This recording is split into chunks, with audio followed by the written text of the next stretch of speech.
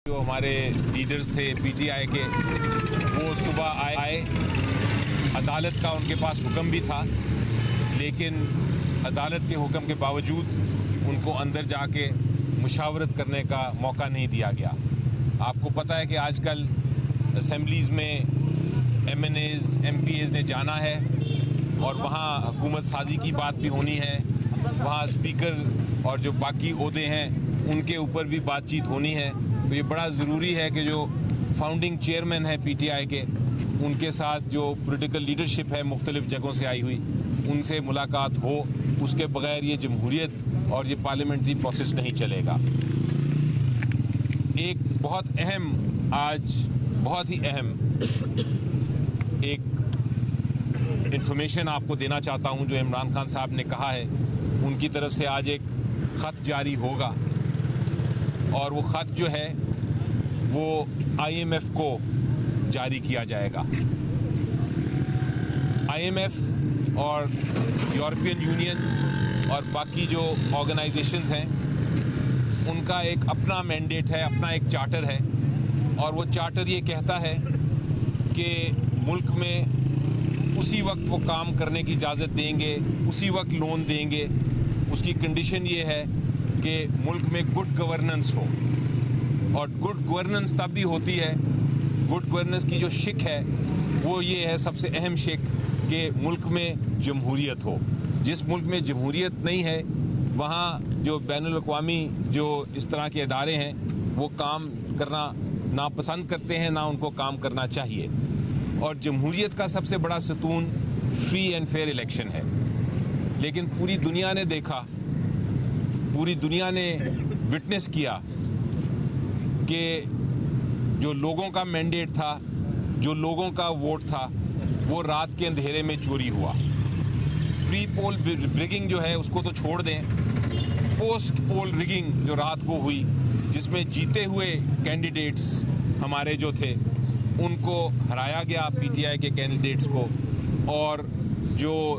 हारे हुए थे, पूरी तरह हारे हुए थे, उनको जिताया गया। तो ये जो चोरी था मैंडेट, उसमें जमहूरियत नहीं चल सकती। और अगर इलेक्शंस फ्री एंड फेयर नहीं हुए तो किसी भी अदारा जो है वो अगर अवाम के हक को जहाँ देखता है कि वाकई चोरी हुई है, वहाँ वो लोन उस मुल्क को नहीं दे सकता,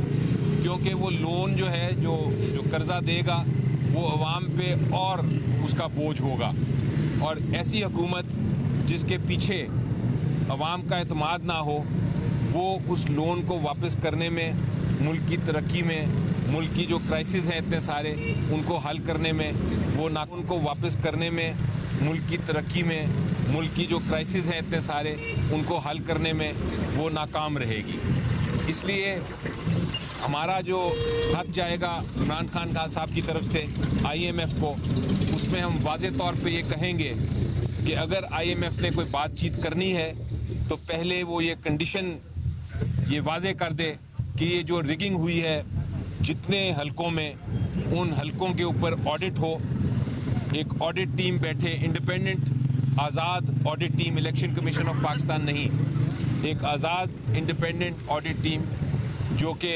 अगर तो सुप्रीम कोर्ट ऑफ पाकिस्तान की सरबराही के तहत बनाई जाए तो बहुत अच्छा है,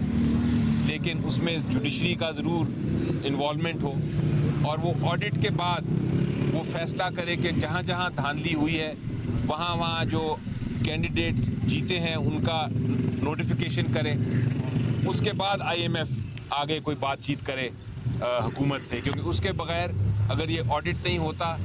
ये जो धांधली है इसको ख़त्म नहीं किया जाता, तो फिर किसी किस्म का जो स्टेप होगा लोन देने का आईएमएफ का, वो पाकिस्तान के लिए नुकसानदेह होगा। दूसरी जो बड़ी अहम बात थी वो ये थी कि इमरान खान साहब के ख़िलाफ़ जो केसेस किए गए हैं, उन्होंने आज मुझे कहा है कि मैं पैगाम दूँ कौम को कि उनकी जो वाइफ हैं बुशरा खान, मिसेस बुशरा खान, उनके ख़िलाफ़ जो केसेस बनाए गए हैं और जो सज़ा दी गई है, वो सिर्फ़ और सिर्फ इमरान खान साहब को ह्यूमिलिएट करने के लिए दी गई है। और अब हाल ये है कि उनको एक बनीगाला में बंद कर दिया गया है, जहां इत्ला ये आ रही है कि उनकी जान को भी ख़तरा है और उनको पिछले 2 महीने से मिलने की इजाज़त भी नहीं दी जा रही। अदालत में केस भी फाइल किया गया है कि उनको शिफ्ट किया जाए, पटियाला जेल वापस शिफ्ट किया जाए, ताकि कम से कम जो एक मुलाकात है हफ्ते में, जो एक जो कानूनी मुलाकात है जो एक हफ्ते में होनी, वो एक रूल्स के मुताबिक होती है मियाँ बीवी में, वो भी नहीं हो पा रही ताकि वो हो सके, लेकिन वो केस भी डिलेड है। तो हमें इंस्ट्रक्शंस दी गई हैं वकला की टीम को कि आप फाइल करें कल केस और उनको मिलने की इजाज़त दी जाए, और उसके अलावा जो उनको जान का ख़तरा है उसके ऊपर भी इन्वेस्टिगेशन की जाए।